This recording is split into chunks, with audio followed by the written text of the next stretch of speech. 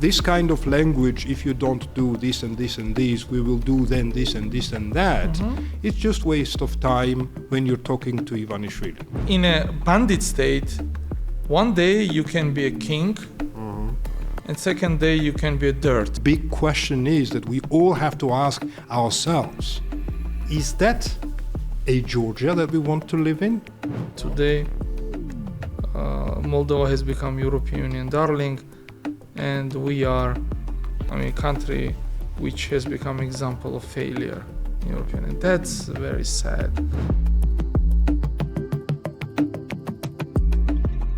Hello and welcome to Talk Georgia Question Time. With me, Giorgi Rukhadze. And with me, Nodar Kharshiladze. This is a special edition of Talk Georgia where Nodar and I answer your questions about Georgian and international politics. It brought to you by Droeba News Group, a trusted source of media and analysis.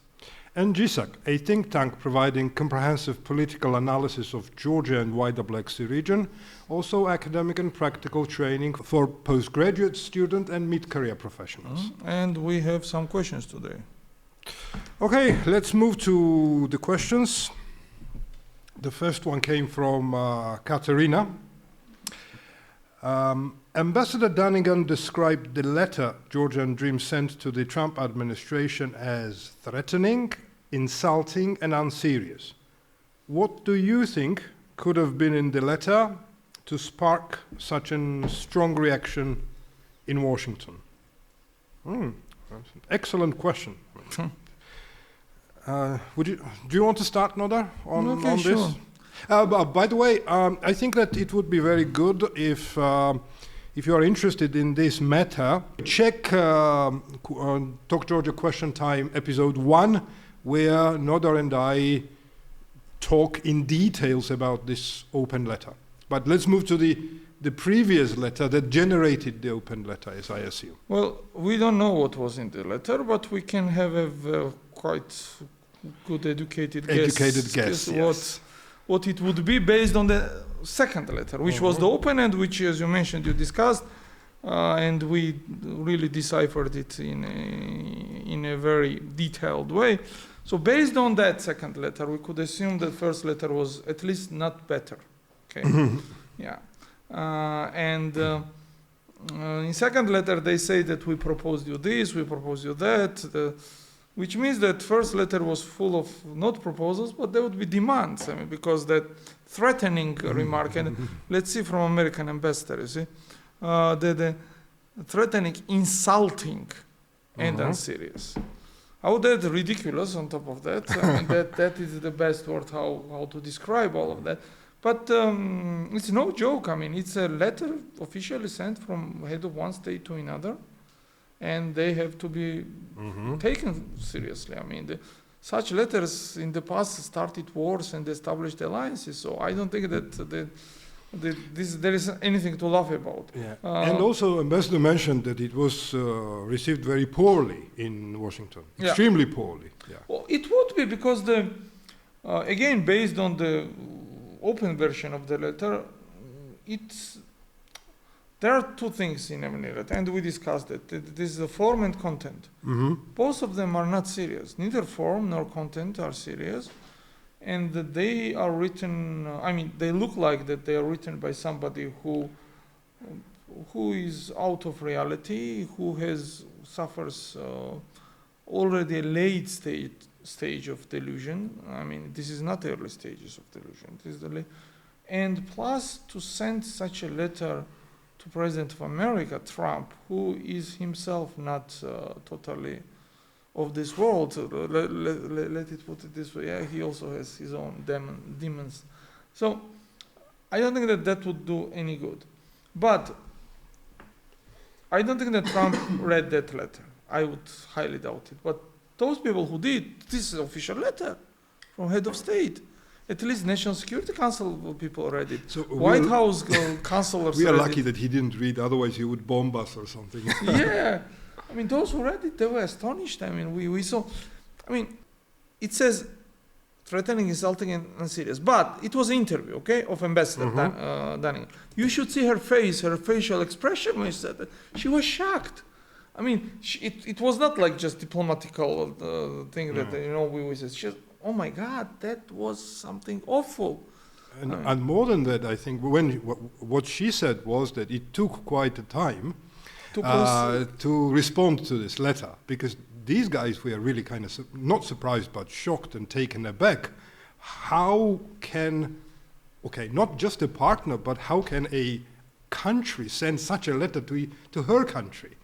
Okay. Well, it's either they thought it either trolling or they are idiots. So which one? The both options are very hard to imagine on a state level. Okay, I mean, yes, I mean you have Iran who just recently celebrated victory over Israel and America after they bombed it to oblivion, but that was for internal consumption. Again, you can do such things. I mean, you should not, but you can. Some countries do such things for internal markets, for internal consumption. But internationally, sending such a letter, well, I don't know. Plus, they attempted first letter not to be public. So first letter was not for public consumption at all. It was purely diplomatic gesture. And imagine how they screw it up, that people who received it couldn't understand what it was first. Was it some kind of the trolling attempt, or was it a mumbling of some persons who didn't understand what they were doing? In both cases, it doesn't matter actually. We, now putting jokes aside, we are losing because we don't have oil, we don't have resources, our geostrategical location is debatable, depends, is it good or bad, depends how we look at it. But we are not the most important ones. What we had this image of the young country who was trying to do good. She was aspiring for some things, and during a number of years they interact with us, and they understood that they're okay. Sometimes they screw up, but they're okay. They're serious. Okay, we can work with them. Now we lost that. Nobody considers us serious. Even among dictatorship, we look ridiculous. Okay, look Aliyev, serious. Okay, Erdogan, serious. Okay, Erdogan is a master of political shows. You should see what he does for internal consumption, how he blames West and what kind of the arguments. I mean, this is a master class. But when it comes to diplomacy, this is very structured, very well designed, and when he threatens somebody, he knows what he does. Yeah, same could be said about Aliyev. I mean, Aliyev doesn't need to dance, inside the country because towards he's the electorate. War hero now. Yeah. Yeah, and also he's the classical dictator. But look how he kind of balances foreign politics, how he picks up carefully fights when needed and when not, how he protects national interests of Azerbaijan, etc. And if you compare it to Bidzina, I mean, none of that you see with Bidzina.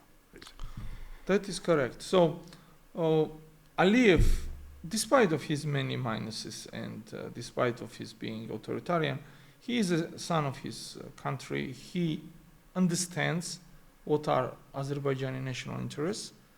And outside the sharing of the power, which he doesn't deserve, he follows those interests. He tries to threaten country's security, economy, diplomacy, international.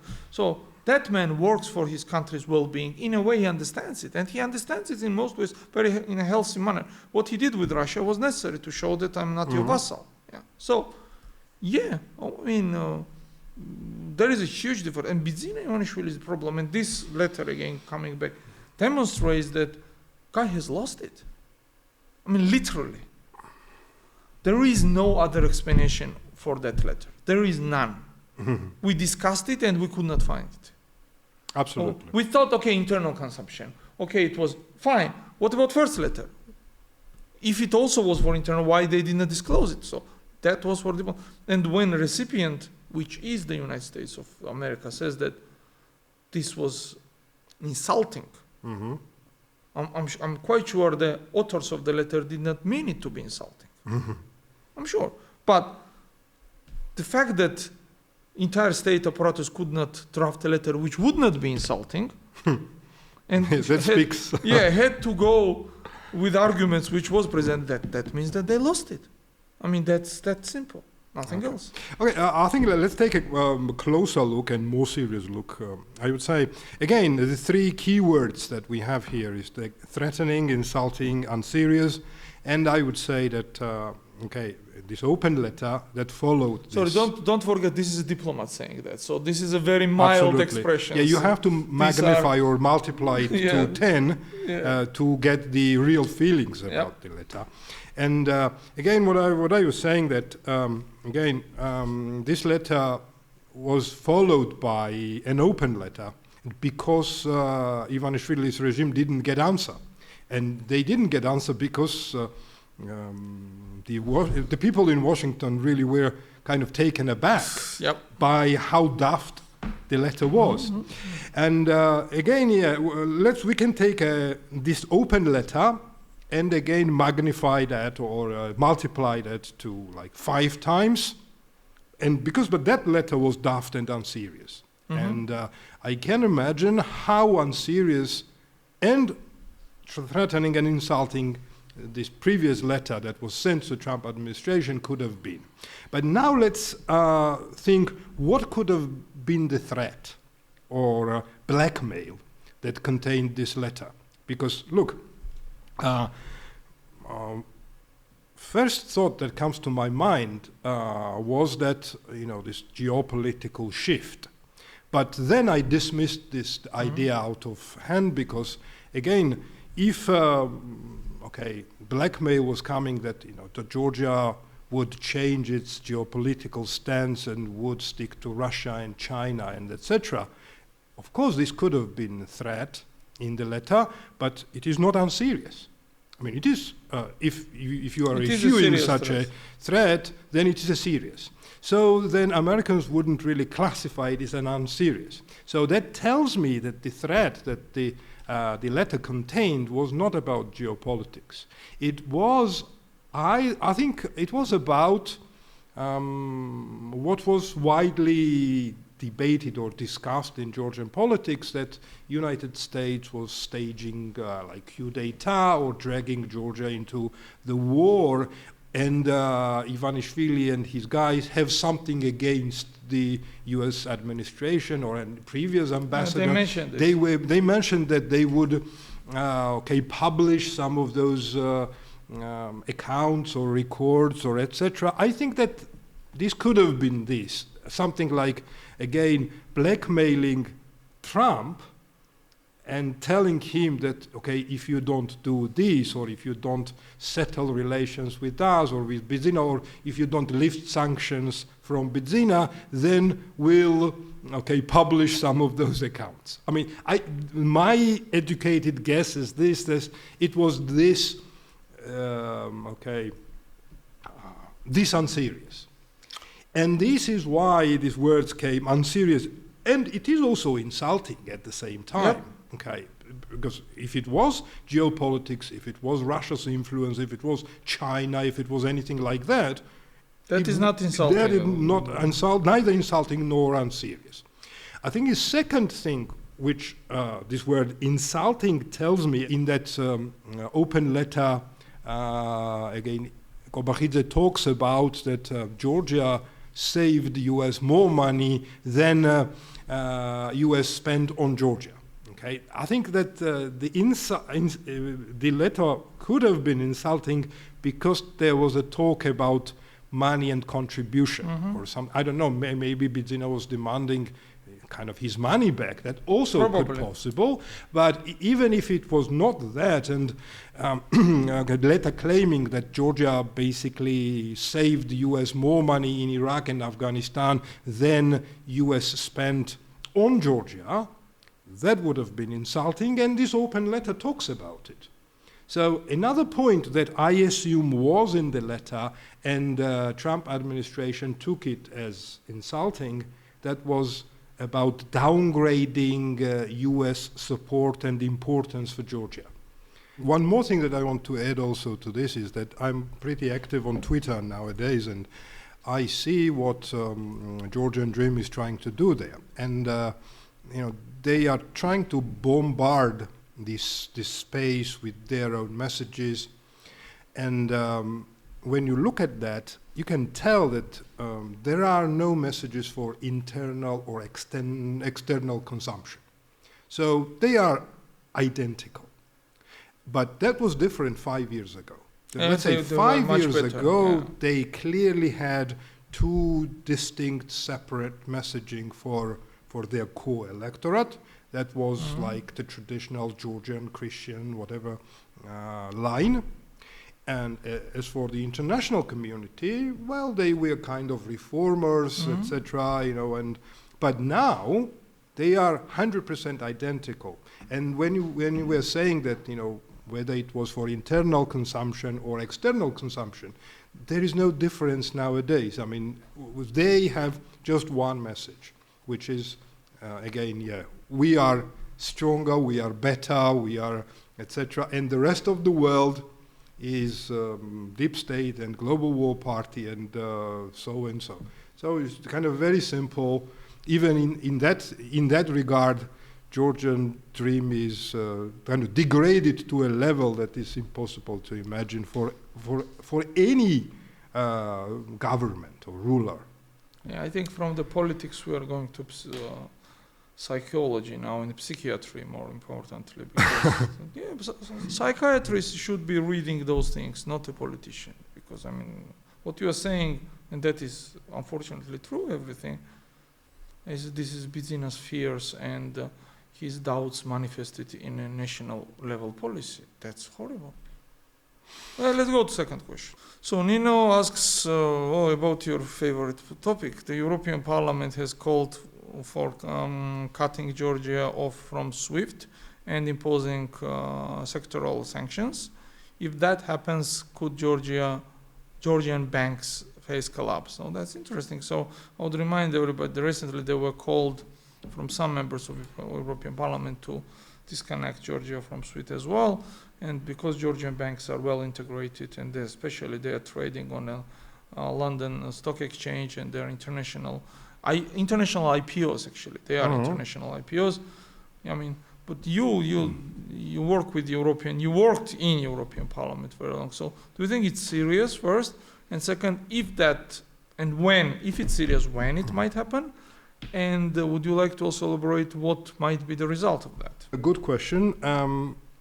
I would start from the resolution itself, because that was unprecedented resolution, and that's rightly mentioned here in the question that a cutting off from SWIFT and also sectoral sanctions, this is the first time that was mentioned in the European Parliament resolution about Georgia.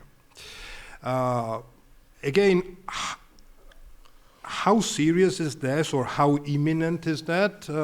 I would say it's not imminent, because you see that the European Parliament resolutions talk about sanctioning Ivanishvili and his allies already for almost 2 years.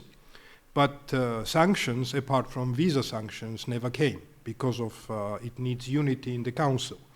And whatever Europe does, it does slowly, and we have to count on that. But the fact itself that something as serious as cutting Georgian banks of SWIFT and imposing sectoral sanctions appears in the document, that's already very serious. And I think it will have consequences without implementing. Don't forget that when first time Ivanishvili happened to be in the resolution, when there was a call on sanctioning him, he was not sanctioned, but banks took a notice of it, and at least some of the problems he experienced with Credit Suisse came because of that resolution. Okay, so and when resolution mentions that Georgia could be cut off from SWIFT system, that a very serious message. Now, I don't expect that the European Union at some point will make decision and cut the entire Georgia banking system from SWIFT system. I don't think it will happen. It's possible that Ivanishvili's bank, for example, Kartu, to be cut off SWIFT, and I think it will serve it right. Or maybe Rukhadze's bank, Liberty Bank. But again, it will be some of those organizations will be picked up if this happens. But if in that scenario, it will be also kind of blow to the entire banking system as well, because it will affect, let's say, reliability of the other banks as well. And European and American banks would think twice before dealing with Georgian banks, even though if they are not cut off the SWIFT. As for the sectoral sanctions, I think it is an important message for Ivanishvili himself that, well, theoretically, the European Union can, for example, sanction like cement manufacturing, for example, where Ivanishvili and his allies have almost 100% stake, because I'm sure you remember that story, how Ivanishvili and Rukhadze kicked out Heidelberg Cement from Georgia, and basically they become the monopolists of cement manufacturing. Right? So if European Union at some point decides to impose sectoral sanctions to block some money flow to the regime, that could be a very serious, I think, damage to the regime. How quickly that might happen? Well, I don't expect that will happen very quickly, but the mood is definitely changing very quickly in European capitals, and the primary example of this is yesterday's statement that came from 17 countries of Europe, including big countries like the United Kingdom and Germany and the Netherlands and Poland and Spain, Sweden. And this was a very powerful statement that came out yesterday, and that very clearly calls situation authoritarian in Georgia, and they call on Georgian Dream to release all the political prisoners, repeal all the repressive laws, etc. And there is a warning there as well that if they don't do, or if they continue raping democracy in Georgia, all options are on the table, and the European countries would act. So what I lack, obviously, here is this kind of language. If you don't do this and this and this, we will do then this and this and that. It's just waste of time when you're talking to Ivanishvili. Waste of time, because they are not going to change their behavior anyway, and by giving them this kind of warning, you give them extra time to get ready for the worst. And also you give them extra time to do even worse things inside the country, what they had done before. Okay? What I would wish some of the European countries could do is to reverse this policy. And instead of first issuing warning and then at some point action, to do it the other way around. I think it would be way more efficient if action comes first, whatever it is, sanction or sectoral or banking or whatever, and then you start talking to Ivanishvili's regime once you deliver the blow. It reminds me of you've seen that movie from Hollywood, like The Good, Bad, the Evil. Good, Bad, the Ugly. Good, Bad, the Ugly, yeah. And when there is a kind of the scene when this Tuko is in Bath smoking his cigar. Yeah, shoot, don't talk. Yeah, somebody turns up there and gives a long story, how he's gonna shoot him. Yeah, the story of his revenge, how he taught himself to 25 years, with the left hand and everything. If you came to shoot. Don't talk. So while he was talking, so Tuko got his gun, shot the guy, and told him that okay, if you shoot, don't talk. I think that the Ivanishvili's regime will not be able to shoot Germany or Sweden or United Kingdom, but they will be able to shoot us. Yeah. So I think it is important that EU acts only swiftly. thing which I would add here, you already described everything. The bigger picture, while Moldova is preparing to open chapters, Georgia is discussed to be disconnected from SWIFT, to discontinue visa-free regime, to cancel the free trade.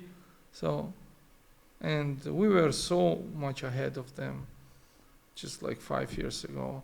And today, Moldova has become European Union darling, and we are, a country which has become example of failure in European, and that's very sad. And I think this is the biggest problem. Everything else will follow. Yes, some things will be sooner, like these kind of things, maybe SWIFT will be later, but as our friends, and because they are friends of Georgia, it's Georgian government who is not friend to them, mentioned everything on the table. And they also are frustrated. They invested so much, it's not only about money, so much time and political energy in Georgia trying to get us out of this Russian backyard. And now we tolerate some kind of the I don't call them some delusional crazies who want to willingly resign us to Russia again. So yeah, that's my biggest concern here. That, in parallel, while you do that, the things are happening. The better things are happening to better countries, unfortunately. Better behaving countries. Yeah, absolutely. Again, Moldova now is part of SEPA payments, which means that Moldovan banks and European banks have the same system of transfer. They are part of this roaming common space, which, we could have been part of that even earlier than Moldova. Yep, of course. Absolutely. Yeah. Okay, let's move to the next question, which is more about the internal things that are happening in this country. Zaza is asking, do you believe that Tornike Rizhvadze really tried to take his own life, and that Giorgi Ramishvili was genuinely flying to Paris with a gun in his hand luggage?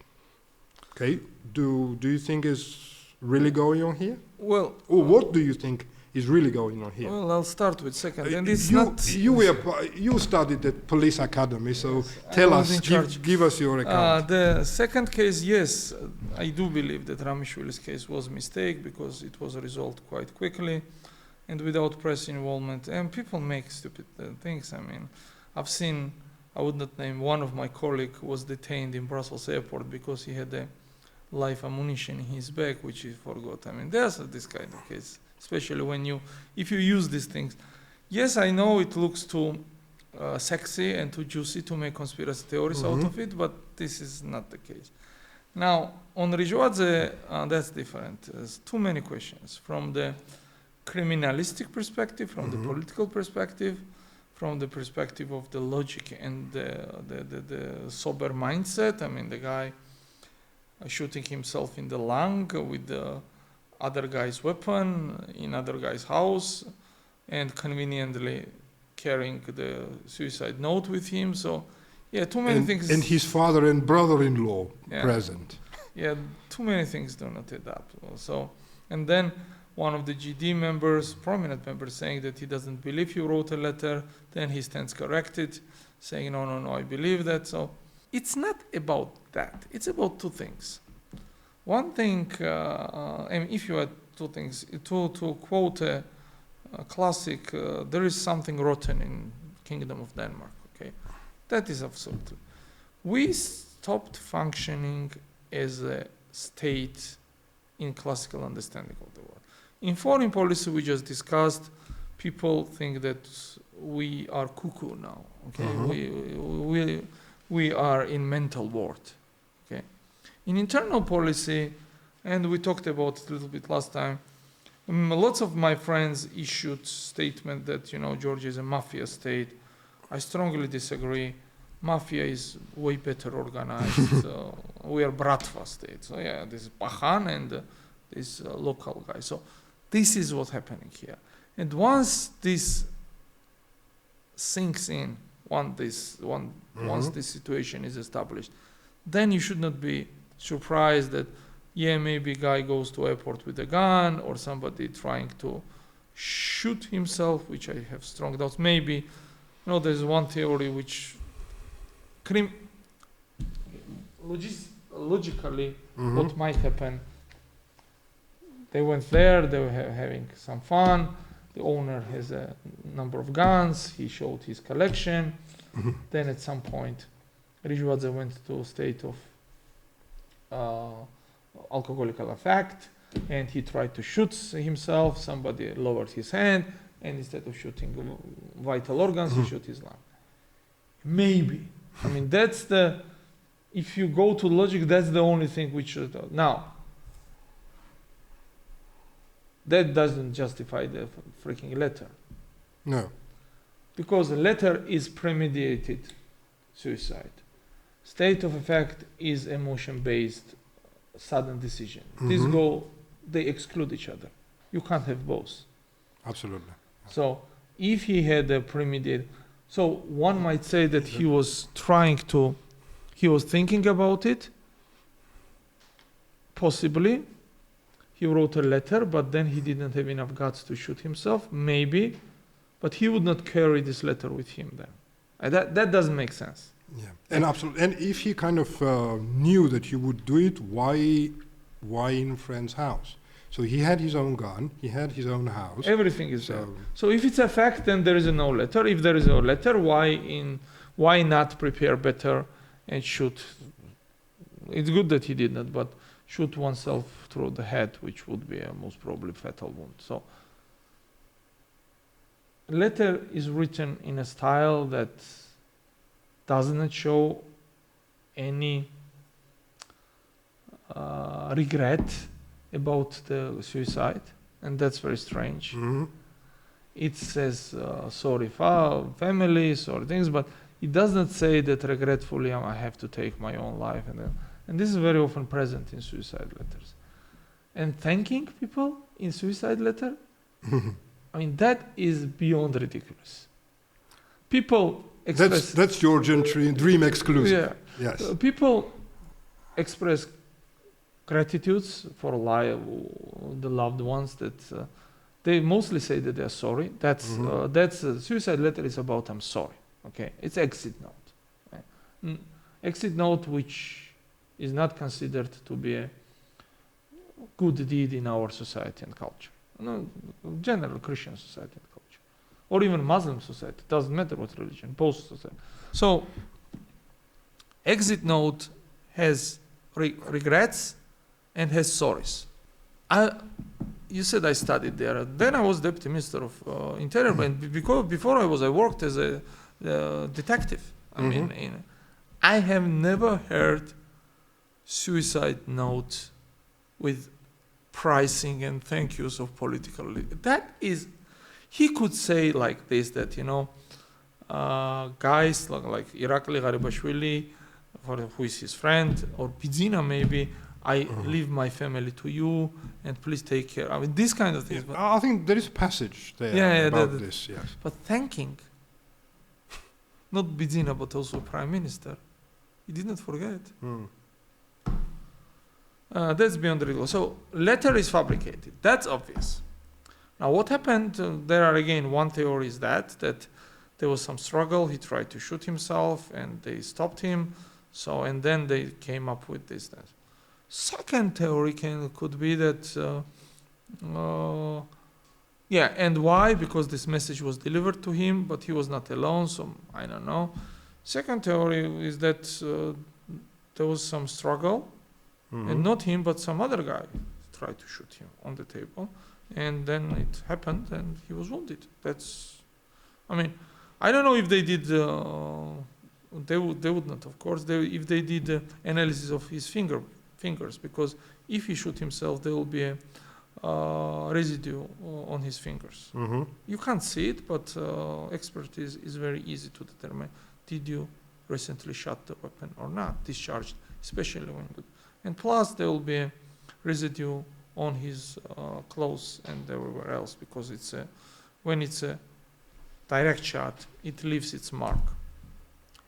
Plus, it's easy to determine how bullet entered into the body. Was it a point-blank shot, or was it shot from 2 meters or 3 meters? None of that was investigated, which gives me a very proper reason to determine that this is Mickey Mouse, most of it. Again, I can only guess because there was no full investigation done, including that they let him go to Turkey without, any company or anything. If the guy, if he gets, now let's say he's in conscience in Turkey, it's very important in such cases to be first the law enforcement present there to question him. So, number of things doesn't add up, but why should it? Yeah, that's the most important question. Why should it? Why should in a country where we are told that the guy Bachiashvili, who was stolen from Abu Dhabi, was having a walk, being a number one fugitive in Georgia, he was just having a walk in Azerbaijan next to Georgian border, and they just snatched him. So why in country like that? Why when even in the better times when Azeri journalist was stolen from the street of Tbilisi and handed over to Azeri special services, why this should add up? When you are asking the dear, I think it was Zaza, Zaza, when you were asking us that, wow, what do you think, guys? I think that this is new normal. Yeah, exactly. And from there, what I would like to say, I wouldn't really go into the details of the case, which, there are lots of questions, obviously, there. And important is that, I think, two things, in my opinion. First is that almost number one person in Najara, at least a few months before, the prince, of Ajara, how unprotected and helpless is he now? Because again, he's nobody, and of course, if authorities wanted to kill him, they would kill him without any problem. But even in this situation, when maybe it's not directly organized by the authorities, but somebody else, such an important guy as Rizhvadze is so helpless and unprotected. That's one thing. And the second thing, how his friends and colleagues and all the others reacted. I think that the one person who basically turned up at his hospital, it was Kharibashvili. So apart from him, it took a few days at least to be brave enough to go closer to the hospital. Let alone to, publicly say the positive words about him. Quite contrary happened. Lots of people who worked with him and during the job maintained personal relationship, they deleted his photos from Facebook. And absolutely. This guy, his name is Lord Kipanidze. There are examples. So it's, absolutely. I think what they demonstrated, what it all shows, that in a bandit state, one day you can be a king, and second day you can be a dirt, like in Russian is knyazi v gryazi. This is a very good definition in Russian language, that from everything you turn to nobody. And I think that everybody now is kind of Ozymandias, who think that they are great, but they stand on an empty sense of Bidzina Ivanishvili's tolerance towards them. Once this tolerance runs out, as a sand clock does, they are left not with nothing. They are left with the regrets and persecution. This guy, Deputy Minister of Economy, was arrested. There is a strong rumor suggesting that former head of the Susi is under house arrest. And that how to put it, that is how regimes like these criminal Bratva regimes treat their own members. There is no happy retirement here. There is no happy ending. You think you worked for them, you did some things, and now they let you know. They will demand everything. Absolutely. That also reminds me, I don't know which king it was, but one of the French kings was asked, who is the second most important the one who person talks to me. Yeah, that's what Louis XIV. Yeah. The guy who said the one who is closest to me in terms of distance. Yeah. Okay, but when this distance increases, your importance decreases. Of course. And this is a country that we are living in. And I think that the big question is that we all have to ask ourselves, is that a Georgia that we want to live in this kind of country we want to live in? I think majority of us would say no. And again, majority among this majority will be very strongly saying no to that. However, for the moment, we still have this government. So that also shows that we did not manage so far to put up a good structure of getting rid of this country, of this absolutely parasitic, criminal and rotten structure which Georgian Dream is today. So we'd better get down to business then. Yeah. Oh, thank you, Nodar. Thank you, Giorgi. Thanks for watching us and listening to us. Please like us, subscribe to us, and I'll see you next week.